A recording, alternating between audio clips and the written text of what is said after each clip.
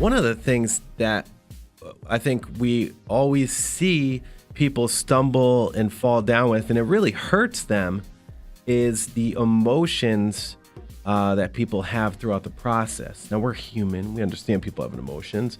But when you're neglecting professional advice because your emotions are getting the best to you, we're going to respect you. We're going to respect your wishes as the consumer. But we see the same thing happen over and over and over again. Now, you're in property management, and I'm in real estate, sales. So there's a lot of things that I'm sure you see in yours.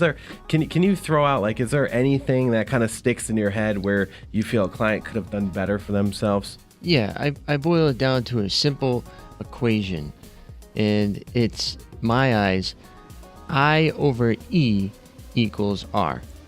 So that's intelligence over emotion equals response.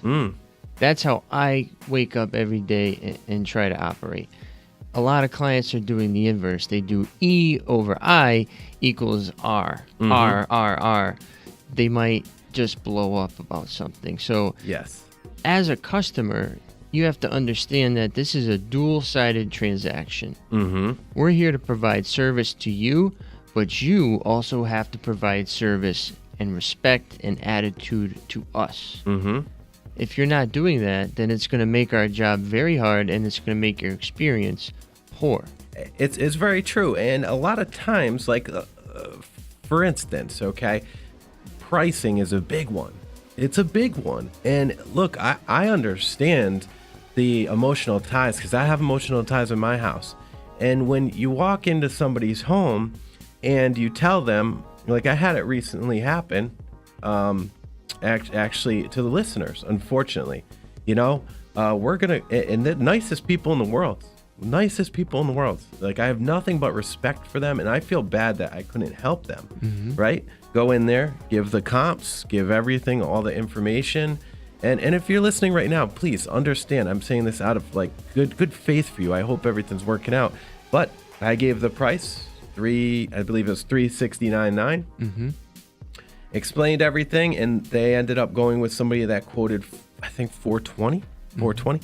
Now, lovely house, beautiful people, beautiful property, and it sat. And now on the next realtor, and a price decrease. So ultimately, at the end of the day, they're probably going to sell around where I had said it. But had they have listed in the heat of the season with where we had suggested as professionals that they should be with our professional experience, they probably would have had a bid war situation. Right. They probably would have net $5,000, $10,000, $15,000 more. Right. And this isn't us going in trying to hurt anybody's feelings. This is us saying, look, your bottom line is extremely important, right? People, especially up in ages, they need that money to live. They need that money to retire. They can't be stuck just on Social Security. That's their nest egg. I know how to get the most for their nest egg. So unfortunately, when misconceptions and emotions play into that, that's what happens. They end up losing money and time and the holding cost for those 2 or 3 or 4 or 5 months. How do you cross that bridge? How do you get folks that are, in most cases, completely uneducated about a very diverse and in-depth market such as the sales market? And how do you get them up to speed and say, hey, that guy for $420, he's not going to get it. I'm going to get $385, maybe plus 15. Yeah. How do you bridge that gap, and how do you make the listeners understand that they have to trust you without knowing you? Greg, that's a huge question, because I'm going to actually turn this all the way back in time to 2006, 2007, before the market crash, okay? I was a young guy, right? And I was referred to this real estate agent. And I noted the process, and I didn't like the process, because I was like, hey, call this guy, he'll take care of you. Okay, all right. So I call this guy, nice guy, super nice guy. He's like, hey, talk with my banker, my mortgage broker, or whatever. Talked with the guy. I didn't know them from a hole in the wall. Yeah, I had a recommendation, but I didn't know if these people were winning one over on me. I felt like I was being sold. No one wants to feel like they're being sold. And that's why we do the radio show, is because we educate our consumers. We educate our clientele. We even educate people that aren't even our clients. Okay?